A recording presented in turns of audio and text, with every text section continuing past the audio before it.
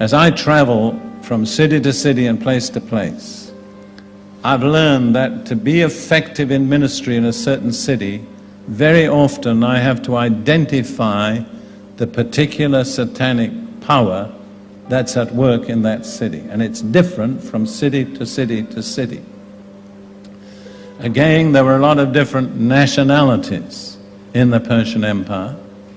And my observation is that many times there's a particular satanic king over a particular racial group.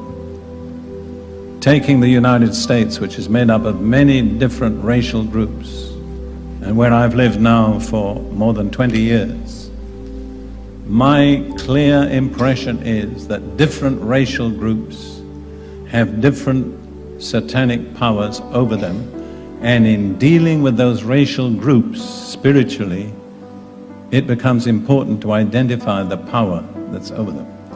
For instance, as everybody knows, there is a lot of black in America.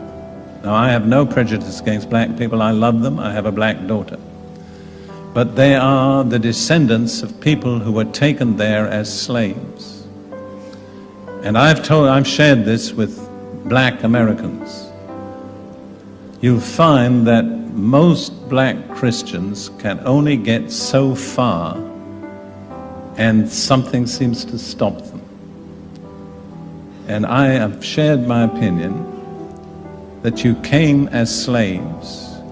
You've been politically emancipated, but you've never been spiritually emancipated. You're still under a spirit of slavery. The reason is that that spirit of slavery has never really been dealt with. It still has a measure of control over them. They're Christians, many of them, and some of them are very lovely Christians. But as a group, they've never been set free.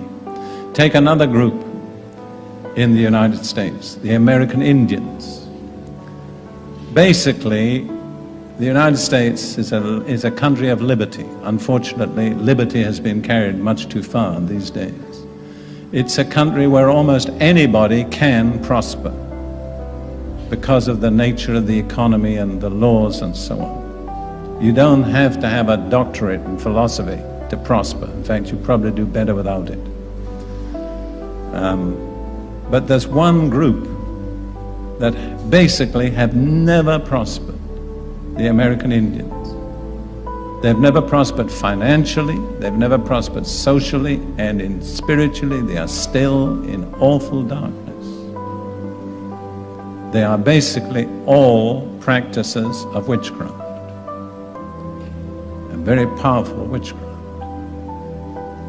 It's a tragedy, but my impression is that until someone with vision understands the root problem of the American Indians and is prepared to do the spiritual warfare to release them, they'll remain in bondage.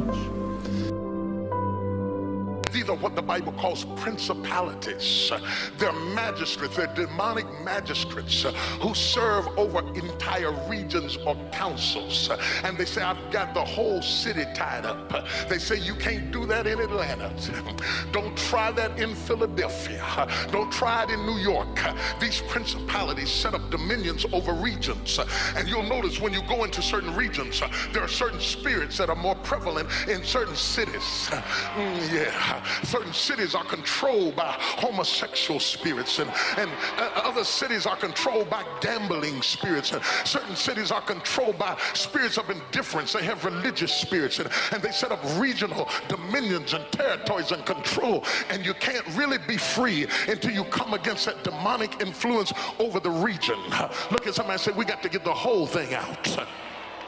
Let me remind you that when Jesus came to the tomb of Gadarenes and found a man possessed with the devil, and the Bible said that they got ready to cast the devils out.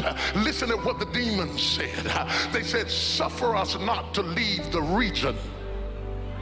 We don't mind leaving the man, but we don't want to leave the territory because we got something going on in this territory and we want to hold this territory down. And so they said, we don't care if you put us in pigs as long as we don't leave the region. Now let's go deeper. I want you to understand is that Satan has a highly organized operation against you. The demons are not disorganized and they are not chaotic. When they come against you, they come in order. Not only is the enemy after regions, he's after houses. When I say the enemy's after houses, I don't mean that he's just after your address. He's after everything born out of your loins. When the enemy sends a curse, he either sends it to a city or he sends it to a house. The house of David, the house of Issachar, the house of the Johnsons, the house of the Jakeses, the house of the Longs, the house of the Wilsons.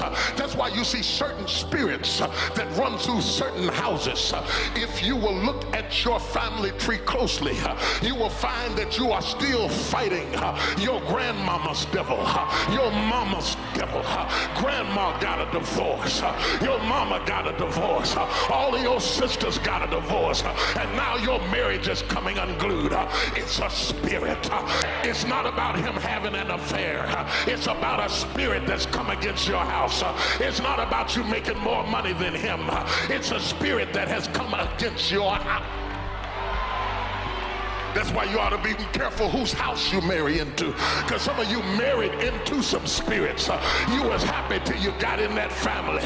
Now all hell is breaking loose because you married into a curse that was on that house. Your children come up with something that you ain't never thought of doing before, but somebody in your husband's family knows what's going on because you tied your children into a system that you don't even understand. Now you got to deal with a Johnson demon, a Jackson demon, a Richardson demon. You don't even know how to minister to the child because ain't nobody in your house ever come up with no mess like this. But some kind of way you tied them into a